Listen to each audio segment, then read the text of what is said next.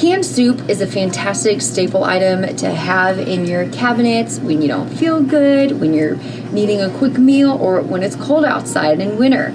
Well, some tips that I use and promote and tell people to use is that you always want to look for heart-healthy options and low-sodium options, which are sometimes kind of tough to find in grocery stores, but they're usually there, so you just have to look for them. I have here one option of regular soup versus the Healthy Request lower salt, and it has about half the amount of salt, so that makes me definitely want to choose the healthier option there. So then when we are choosing our chicken broth or beef broth, vegetable broth, you're going to use the same trick there. You're going to want to always look for your lower sodium options.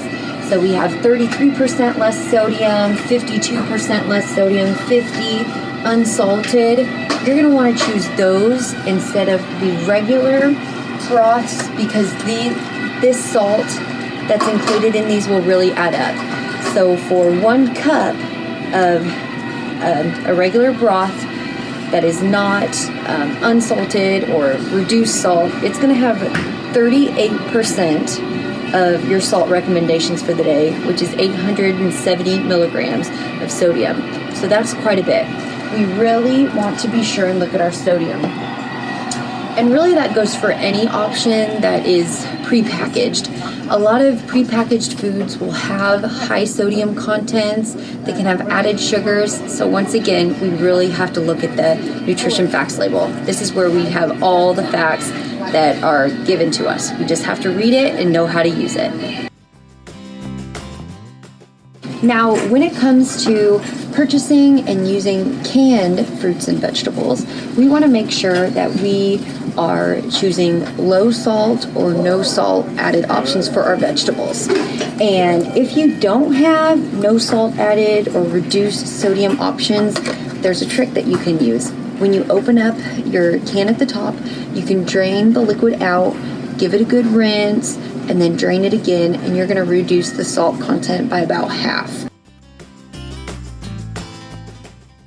On to the juice.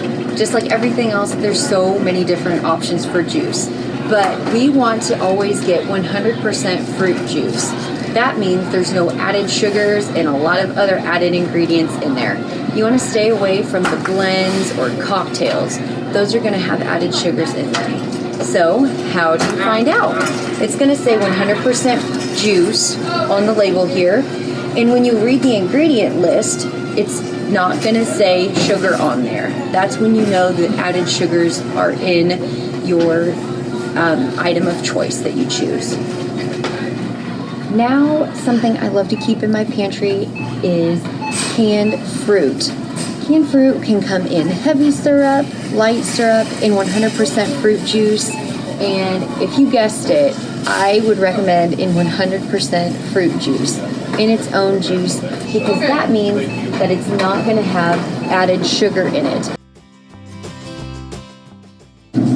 For our frozen fruit is a great staple item for our freezer.